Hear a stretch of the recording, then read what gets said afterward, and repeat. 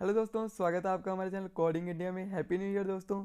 और हमने पिछले वीडियो में हमने बात की थी कि हम यहाँ पे जो कंटेंट लेकर आने वाले हैं वो सारा ईआरपी बेस्ड होगा। तो चलिए आज की इस वीडियो में हम इंस्टॉल करेंगे जेंगो।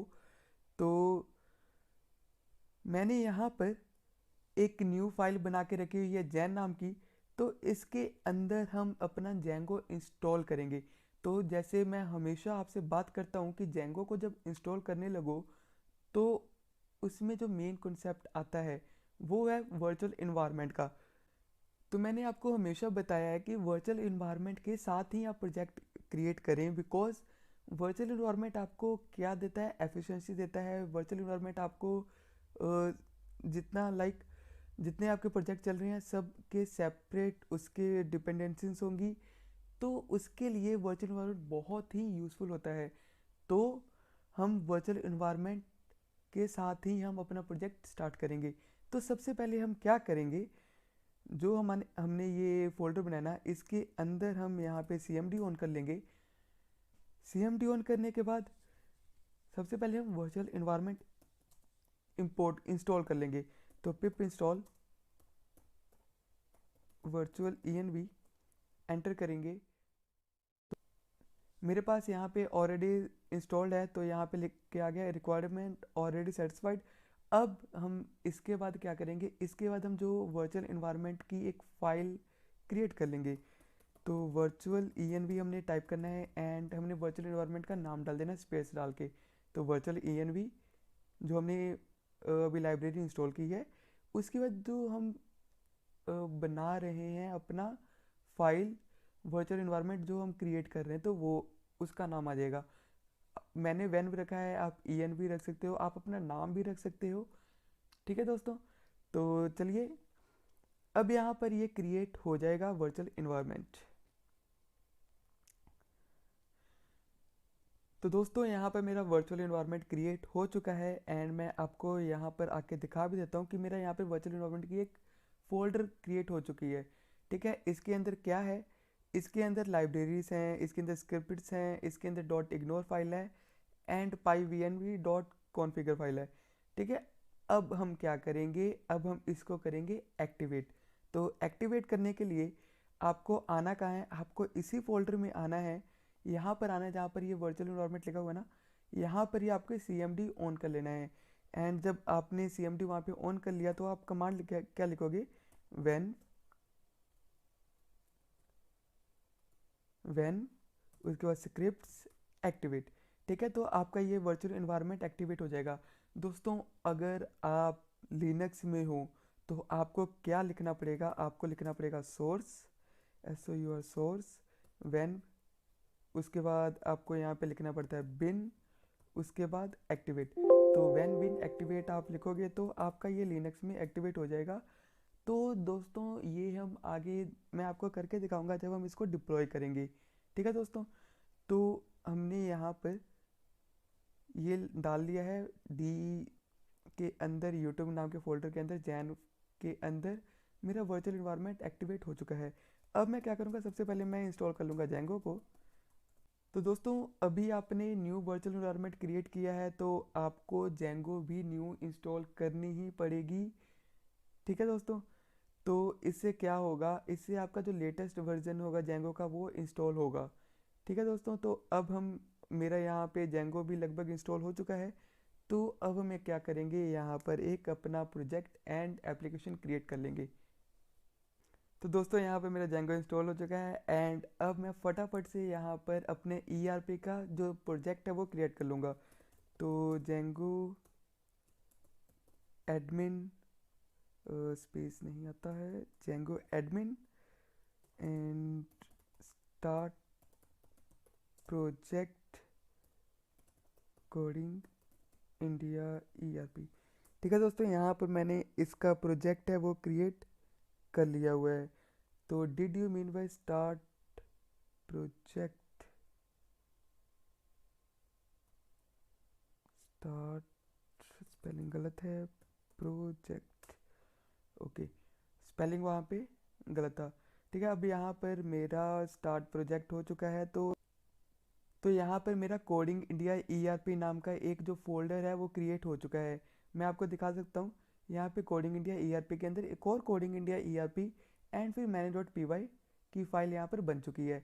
ठीक है, अब जो मैने डॉट पी वाई की फ़ाइल है वो बहुत ही इम्पोर्टेंट है, इसके अंडर ही आपके जो जितने भी कमांड्स हैं वो रन करेंगी। ठीक है, एंड इसके अंदर आपके पास आता है इनिट, जो कि इनिशियलाइज करता है कि हाँ जी ये आपके पाइथन की जितनी भी है लाइब्रेरीज जितनी भी है पाइथन की हैं। उसके बाद ए एस जी आई असिंक्रोनियस जितनी भी रिक्वेस्ट होती हैं वो इसके थ्रू पास होती हैं। सेटिंग्स के अंदर सारा जितना भी हमारा कॉन्सेप्ट होता है वो सेटिंग्स के अंदर, लाइक इंस्टॉल्ड ऐप्स हो गया, अलाउड होस्ट हो गया, मिडल वेयर हो गया, उसके बाद डाटाबेस कनेक्टिविटी, जितनी भी कनेक्टिविटी का रिलेटेड काम आता है वो सेटिंग्स के अंदर होता है। यूआरएल्स आपके राउटर के जैसा काम करता है कि एक रिक्वेस्ट को दूसरे पेज पे भेजने के लिए हम यूआरएल का यूज़ करते हैं।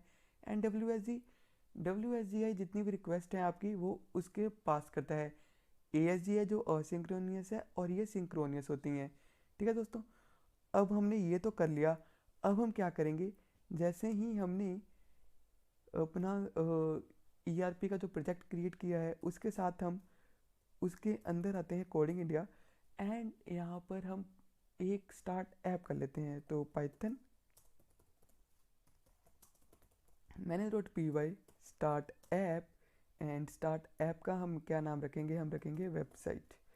ठीक है दोस्तों, तो अब मैं आपको दिखाता हूँ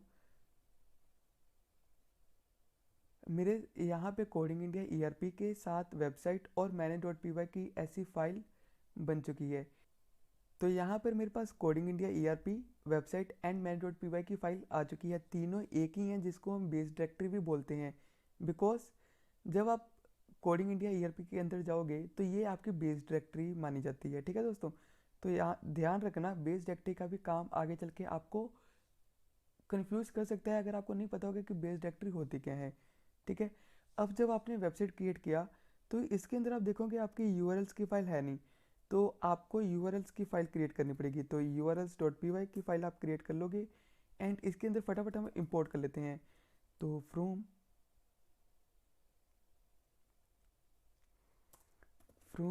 Django dot URLs import path and URL patterns, यहाँ पर हम पाथ दे देते हैं। ठीक है दोस्तों, तो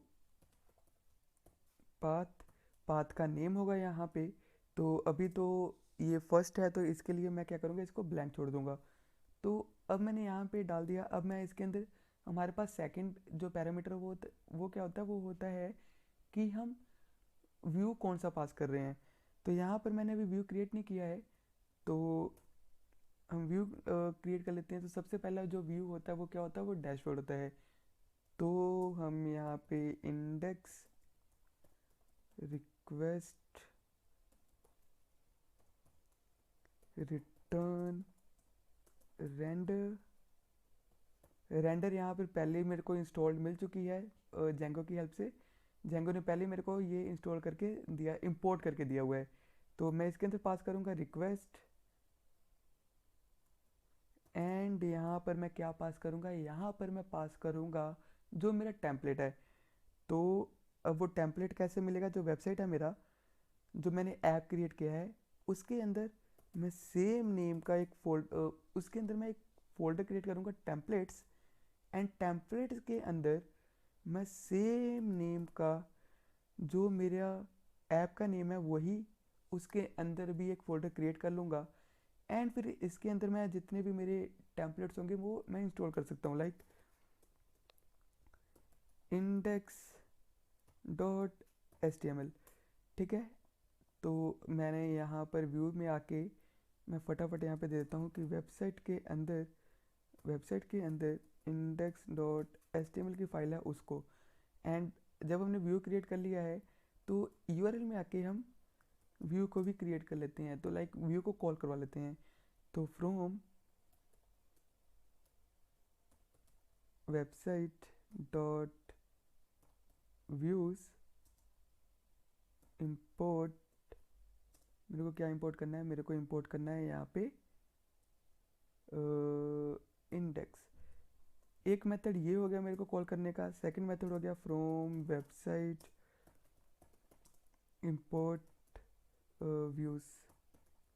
ठीक है दोस्तों, तो ये दोनों मेथड ही यूज़फुल हैं अगर आप जिसको मर्जी यूज़ करना चाहते हो, तो मैं सेकंड वाले को प्रेफर करूँगा। एंड मैं यहाँ पर आके व्यूज़ डॉट इंडेक्स, एंड फिर मैं इसका नेम दे दूँगा कि इंडेक्स का नेम क्या होगा, इंडेक्स का नेम होगा इंडेक्स। ठीक है दोस्तों, तो अब जैसे ही मैंने इंडेक्स का नेम इंडेक्स डाला, व्यू भी मेरा तैयार हो गया, यूआरएल भी तैयार हो गया। फिर मैं अब आऊँगा अपने प्रोजेक्ट के यूआरएल के अंदर एंड यहाँ पे फटाफट एक इंपोर्ट कर लूँगा, इंक्लूड, एंड यहाँ पे डालूँगा पाथ। तो सबसे पहले ये मेरा फर्स्ट ऐप है, तो यहाँ पे मैं कुछ भी नाम नहीं डालूँगा कि ये मेरा मेन है। मैं अगर मैं अपना डोमेन डालूँ तो जो सबसे पहला पेज शो हो वो कौन सा हो, वो होगा ये, क्योंकि ये ब्लैंक है। ठीक है, अब इसके अंदर हम इंक्लूड कर लेंगे क्या, जो मैंने अभी ऐप बनाया है वेबसाइट की, वेबसाइट डॉट यूआरएल्स, जितनी भी मेरी वेबसाइट के अंदर यूआरएल्स होंगी, अभी तो एक है, इसके अंदर मल्टीपल यूआरएल्स होंगी, तो वो सब सबसे पहले प्रोजेक्ट के यूआरएल में जाएंगी, फिर उसके बाद सर्च करेंगी, फिर उसके बाद वो आगे काम करेगी। ठीक है दोस्तों, अब हम सेटिंग्स में आएंगे और जो हमने अभी ऐप बनाया है उसको हम यहाँ पर कॉल करा लेंगे। ठीक है, तो दोस्तों ये हो गया हमारा बनके तैयार। अब मैं क्या करूँगा, अब मैं यहाँ पे फटाफट से Python manage dot P Y run server, ठीक है, अब मैं सर्वर यहाँ पे चला लूँगा। तो यहाँ पर मेरा सर्वर बनके तैयार हो चुका है एंड यहाँ पर ये मिल गया आईपी की, इस आईपी और पोर्ट पे मेरा सर्वर चल रहा है। ठीक है दोस्तों, तो मैं यहाँ पर आके 127.0.0.1 पे आके 8, तो अब मेरा ये पेज ऐसा है बिकॉज जो मैंने इंडेक्स के अंदर मैंने कुछ डाला नहीं है। तो फटाफट चलते हैं बूटस्ट्रैप में, बूटस्ट्रैप के अंदर आके डॉक्स, डॉक्स में हम नीचे आएंगे और कहाँ गया, मैं यहाँ से ये कॉपी कर लूँगा अपना बॉलर प्लेट। ठीक है, एंड जो हेलो वर्ल्ड है इसी को हम यहाँ पे पेस्ट करते हैं, सॉरी। तो दोस्तों मेरा यहाँ पे हेलो वर्ल्ड आ चुका है, तो यहाँ पर हमारी जेंगो की इंस्टॉलेशन कंप्लीट हो चुकी है। अब नेक्स्ट स्टेप में हम आगे देखेंगे कैसे हम इसके अंदर स्टैटिक कंसेप्ट लगाएंगे और कैसे हम काम करेंगे आगे। ठीक है, तो दोस्तों मिलते हैं नेक्स्ट वीडियो में।